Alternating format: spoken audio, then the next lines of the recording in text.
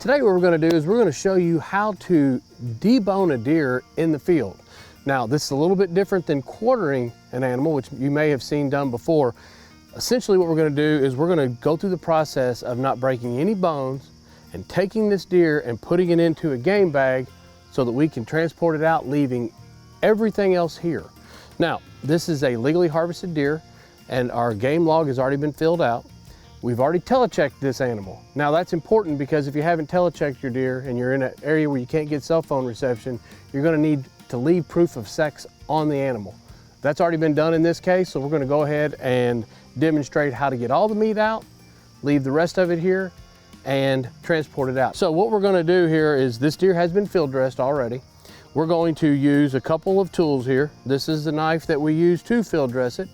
You can see it's got a zipper blade here at the top. I'm going to use another blade. This here is an outdoor edge. It's a razor blade. We're going to wear protective gloves, and we've got a game bag. These are like cheesecloth game bags that are very common. All of this deer, which is probably going to break down somewhere in about 30 to 40 pounds of meat, is going to easily fit into one of these bags and be very easy to pack out. So let's get these gloves on and we'll get started. Now the first thing I'm going to do is I'm going to start here on the back, right where the neck hits into the shoulder, and I'm going to make an incision all the way down this deer, pull this hide back, and remove the back straps. And at that point in time, once I pull this hide back, I'll be able to expose not only the front shoulder, but the back hams, and I will come back and start taking off those chunks of meat on both the front and the back. But first thing, make a cut right through here and start pulling this hide back to expose the meat that we're going to be processing today. So start that off. I'm going to use my little zipper blade here and go right in here at the neck and make this pull right here. Now once I've got my first incision there, I'm going to start pulling this hide. Now if you'll pull this hide, it'll start coming off almost on its own. Take your blade, start making your cuts here and separating the hide from the actual body of the deer here. Good sharp knife is always good to have in doing this. It makes this job much easier.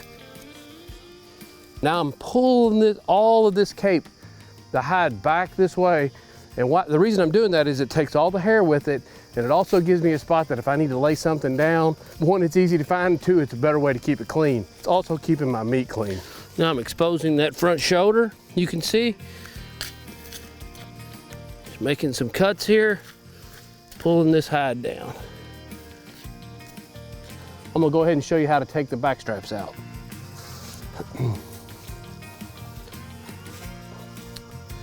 Now the back straps lay right along the spinal cord from the front shoulder all the way down to the beginning of the back hams. So we're literally going from here to about here, and that's where they're at. The easiest way to get them out is to go right in by the spinal cord, right beside the back hams, close as you can get, and start making your cut, close as you can get to that spinal cord, right up through here like this.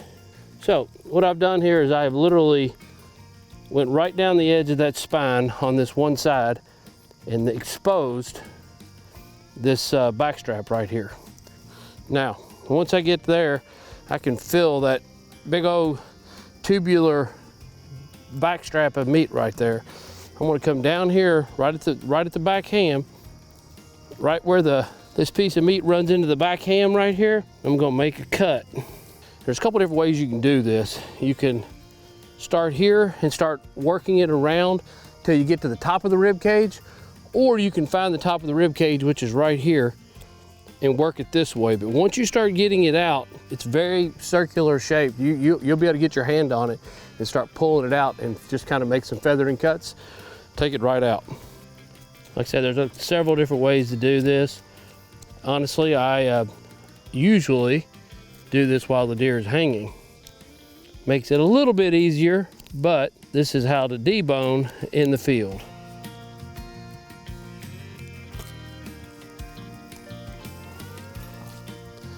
There we go, easy as that. You know, some people will tell you that the inner loins are the best piece. In my opinion, inner loins are really good. There's just a whole lot more of this. That's a beautiful piece of meat right there. We're gonna go ahead and bag it up.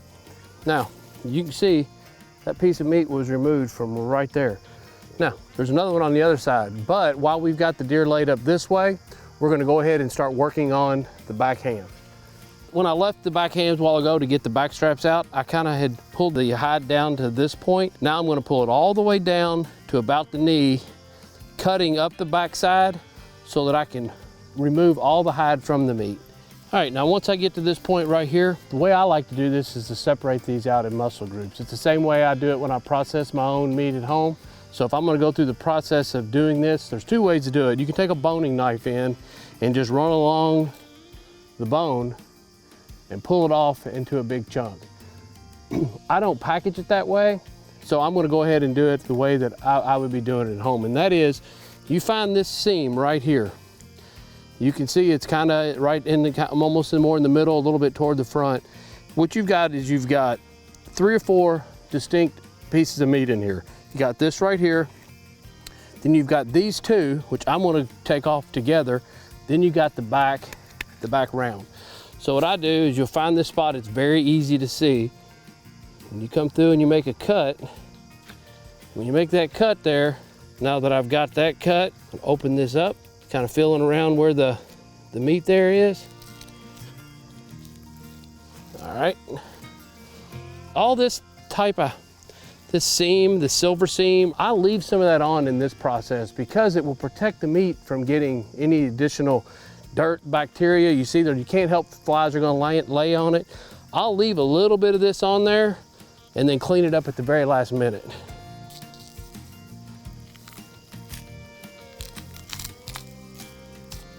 Now, I take this, you see there's another seam right here. I take this one and the next one out together. Now, once you get to this area, there's a bone that comes off right by the tail and it moves like a Y. So you have to be able to trace around that bone, and right here, I'll show you, I'll make this cut.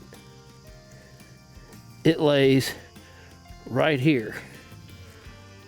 See that bone? I'm tracing around that bone. Once I've got that where I can get my fingers in there, I'll put a light pull, make some cuts with the knife, and this piece ought to come out pretty easily.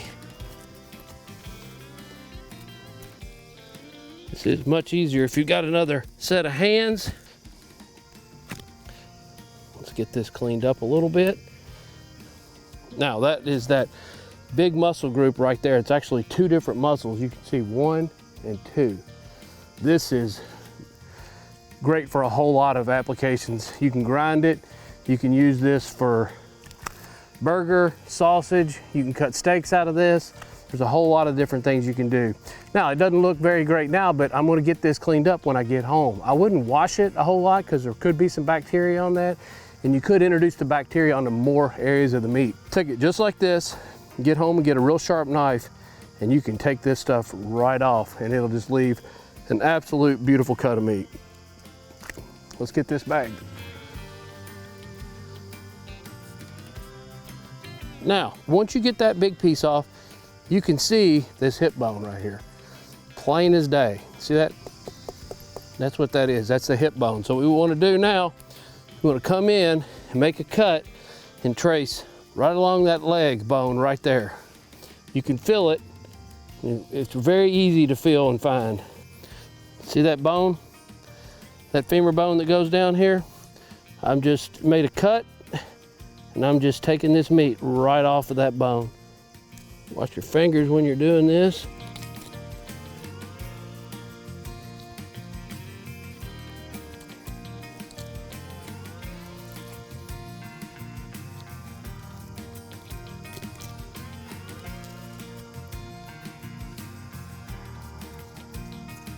All right, there's that big chunk of meat. Came right there, and take that, it's ready to bag.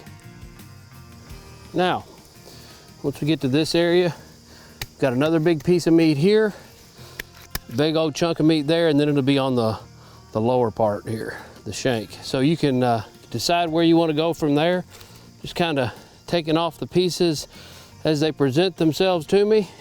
I think right now I'm going to get this back part of this ham here. So right here you can see is where my tenderloins ended right here. I'm just getting this chunk of meat right here at the top of the back ham. Right here is the hip bone again. We're going to come in around that hip bone, make a cut. Got a big chunk of meat there. It's almost like the continuation of the back straps.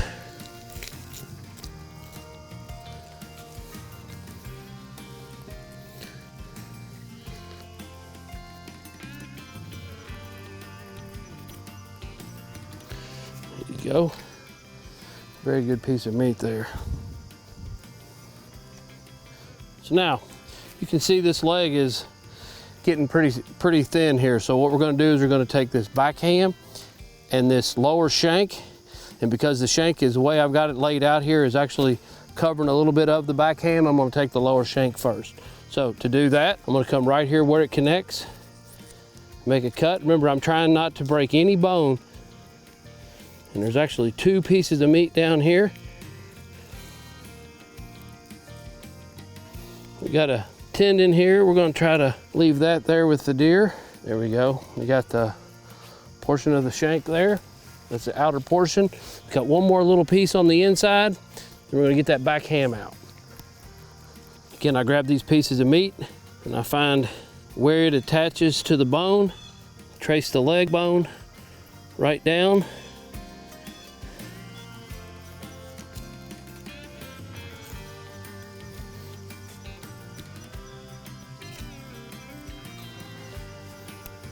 All right, we got those out. Bottom is pretty much done. Now we're going to come up here and we're going to start getting this back ham off. I'm going to separate it from the femur right here and work this back ham off. And then I'm going to go on the other side. There's a lot of different ways that people do this. Like, we're trying to showcase a way here that we're not breaking any bone. A lot of times you'll see people come in and make a cut and separate this all out. Like I say, we're trying to do this today, breaking no bones. All right, so now I'm just working this knife in and around the pelvis, making the cuts, separating the meat from the hide and the pelvis bone.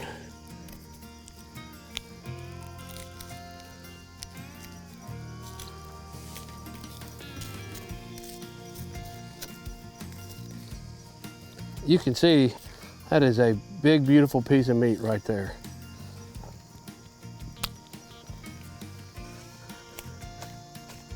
So, right here by this hip, these are the inner loin.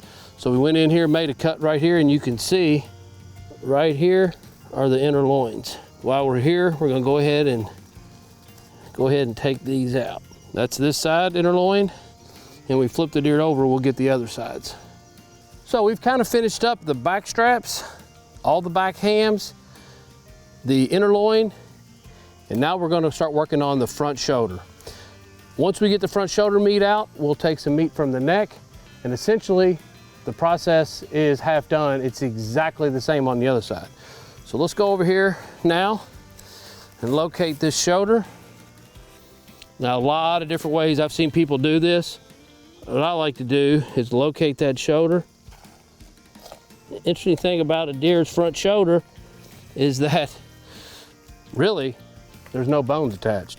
You can come in and find that front shoulder blade and literally kind of carve around it, and it will come completely off, separated. What we're going to do now is we've got the shoulder almost separated.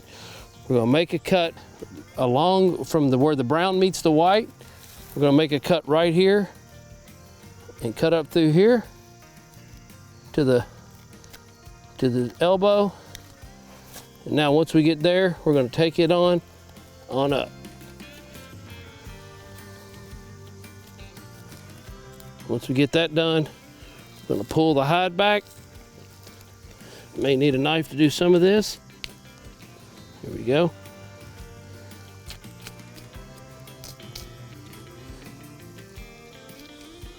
Now, at this point in time, I've got the hide away. I'm going to leave it right here on the carcass.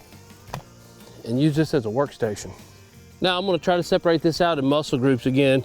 You can see that bone comes right through here as part of the shoulder blade. I'm gonna make a cut right here.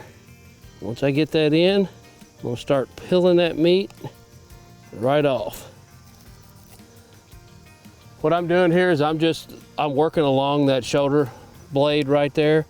I'm just kind of almost filleting it off there. It's very similar to the back. I'm just trying to separate these out in the biggest muscle groups that I can get.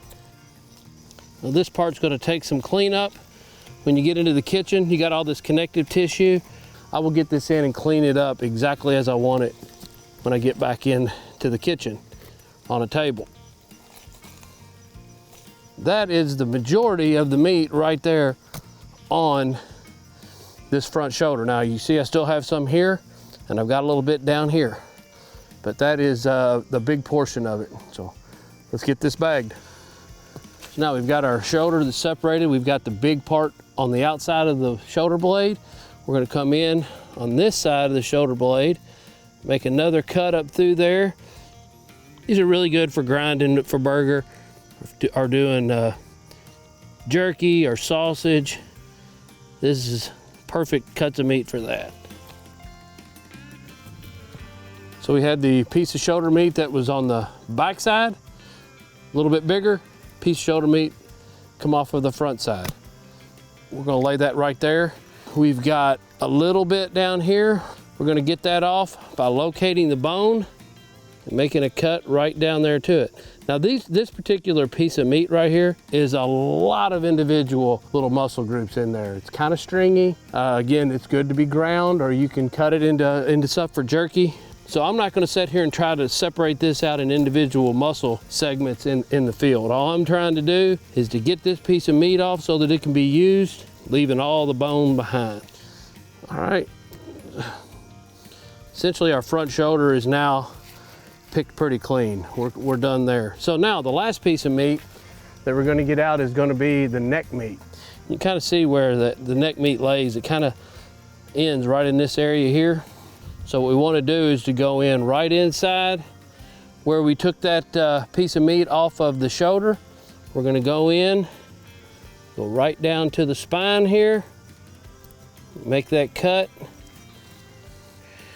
And you can see it's just a big sheet of meat that kind of starts right under the shoulder blade.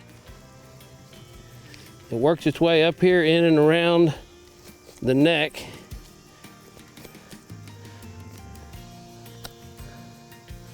There you go.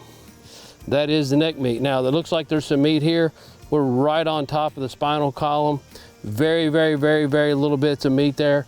I'm not gonna take a chance on any of that because remember, we're doing this, we're deboning a deer to try to avoid any contamination with any of the bones or the spinal column.